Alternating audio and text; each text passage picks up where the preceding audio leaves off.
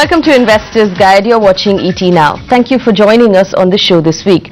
Remember, this is a show that will answer every question you have about your money, whether it's earning it, saving it or spending it, and most of all, investing it. There's an email ID at the bottom of your screen where you can write to us. You can also reach us on our Facebook page and you can reach me on Twitter. Let's get straight to it. Over the next half hour, we'll first tell you everything you need to know about applying for that education loan if you're planning to go overseas. We'll help a 21-year-old student plan for his higher education as well. And in our product review, we'll take a look at the HDFC Growth Fund. Right, so getting a higher education has become extremely expensive given the rupee-dollar depreciation. And more often than not, most of you are going to have to take an education loan to fund that degree.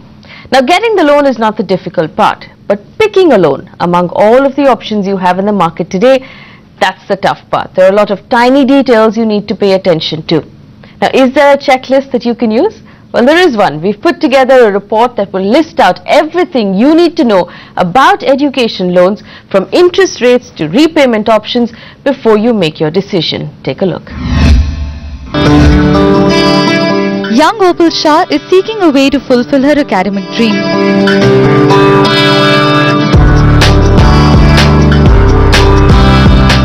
She wants to pursue energy engineering at the Pennsylvania State University. With higher educations getting more expensive, this daddy's girl wants to ensure her funds don't fall short. Choosing an education loan can be quite taxing. To begin with, certain parameters such as good credit history, a confirmed admission seat and collateral security are a few to begin with to avail your loan. Whether they are pursuing higher studies in India or abroad, they need to be having valid Indian passports. Second, they need to have valid KYC, know your customer documents like personal identity proof, address proof, etc. Third is they need to have confirmed admission in one of the recognized colleges either in India or abroad. And fourth is if they or the co-applicants have taken any other loan in past or credit cards, they need to be repaying their dues on time. Most banks offer loans up to 10 lakh for studying in India and up to 20 lakh for studying abroad. The tenure of your loan could vary from 7 to 5 years, and loans above 4 lakh do require security or a collateral. As far as the collateral is concerned, up to 4 lakhs, no collateral is required.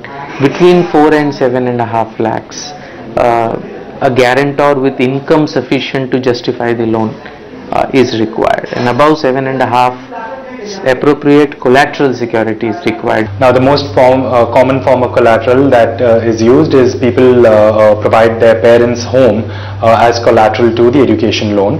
But sometimes, depending on what the bank is, they may accept other forms of collateral, for example, gold or government securities.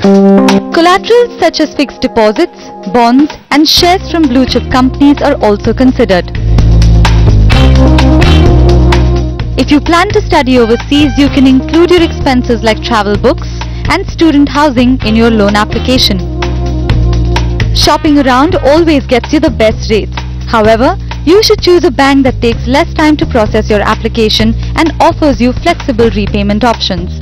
So typically these are the parameters a student should consider while choosing between education loans, which is what is the interest rate of the loan, what is the processing fee of the loan, what is the loan tenor over which it can be repaid, and what is the moratorium or the period post-graduation that they are allowed before they need to start paying their monthly EMIs. But most importantly, because students normally are running against time, they have fees to be paid on a particular date, they have to go for a visa interview if they're going abroad on a particular day, then they need to know how much time a bank would take for processing that application, because that part forms a very, very integral part of the entire process. If they miss that deadline, then their entire year can go waste actually.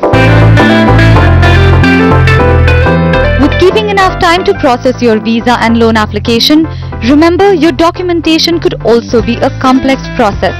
Most loans need co-applicants or guarantors for the loan, as you do not have potential to generate income. Though you can begin paying your loan after 6 months of getting a job or after 1 year of completing your course. Typical guarantor is one's parent or guardian, And in addition to having a guarantor, right, and the guarantor essentially signs up on the loan saying that I guarantee this loan and my credit score is at play here, saying that I am willing to say that if this loan is not repaid, it will affect my credit scores.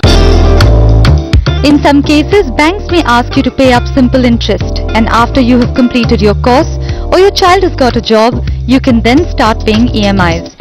The interest rate on your education loan is tax exempt under Section 80E of the Income Tax Act. Then the interest that is actually paid, that's allowed as a deduction without any limit. So I think that really is a big benefit that people can take. You can do that if you're taking the loan for your own education. You can do that if you are taking the loan for your children's education. Your rate of interest on an education loan varies from 12.5% to 14.5%. The processing fee varies from 1% to 1.5%. Your margin charges to education in India are up to 5% and out of India are up to 15%. Your loan tenure will depend from course to course. You should know if your bank is charging a prepayment penalty. For who may know, you have got a great job and want to get rid of your debt, it should not be a nasty surprise. If you're